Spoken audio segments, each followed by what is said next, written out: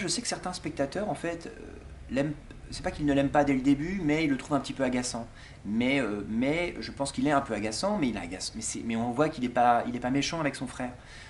Ce qu'on a fait, c'est au début, on installe le fait que finalement, il est comme prisonnier d'un rôle et il est victime de l'autorité de son père. Il n'a pas beaucoup de marge de manœuvre.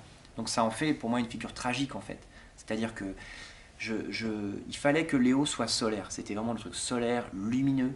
Euh, il s'appelle Léo. Pour moi, c'est une référence. Léo en anglais, c'est le signe astrologique du lion. Pour moi, c'était ça. Il a un tatouage de lion. Je voulais que ce soit. Voilà, c'est le roi, quoi. Je voulais En fait, l'idée, c'était les hommes veulent être à sa place et les femmes le désirent. C'était un truc comme ça. Quand il sourit, et Benjamin Voisin, il a ça, il a 23 ans, il est jeune, il est beau, il est talentueux, il est arrogant, juste ce qu'il faut, pas plus. Et on l'aime beaucoup, et c'était ça. C'était comment on fait pour grandir quand son grand frère, en fait, est le mec le plus populaire du monde. Et que nous, on est renfermés et timides, ce qui est accentué en plus. Plus il est populaire, plus on est timide, comme si on ne pouvait pas occuper le même territoire. Euh, et donc l'idée, c'était ça. Et par rapport à la ligne, c'était que peu à peu, on se... Parce que le truc, c'est que finalement, ce qui se passe, c'est pas tant Léo qui change, parce qu'il n'existe pas.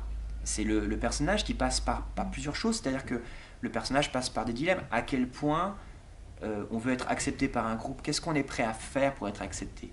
Qui on est prêt à trahir? euh, euh, c'est incarné par Léo. Mais je voulais pas déresponsabiliser Tom. Mais c'est vraiment ce qu'on projette sur Léo, et c'est Tom qui fait ses choix. Et après, il peut regretter et tout ça, et c'est là il est en antagonisme avec son frère. Mais en tout cas, l'idée, c'était de... Plus le personnage de Tom fait son deuil, plus il avance, plus il rencontre des gens qui le tirent vers la vie, plus le souvenir du frère se sent menacé. Et à juste titre, enfin, à deux niveaux, c'est que en tant que souvenir de l'être aimé, et également en tant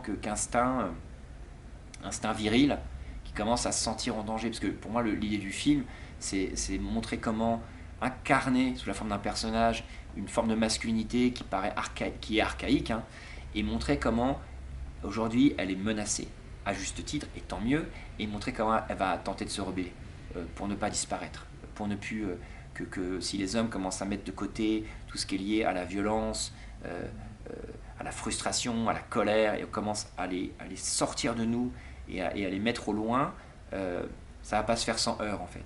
Et c'est ça que je voulais montrer. Comment on essaie de, comment on va devoir, euh, nous, les jeunes gens et les hommes qui sont pas comme ça, comment on doit lutter pour ne pas être comme ça, parce que ça semble être plus simple au fond d'être comme ça.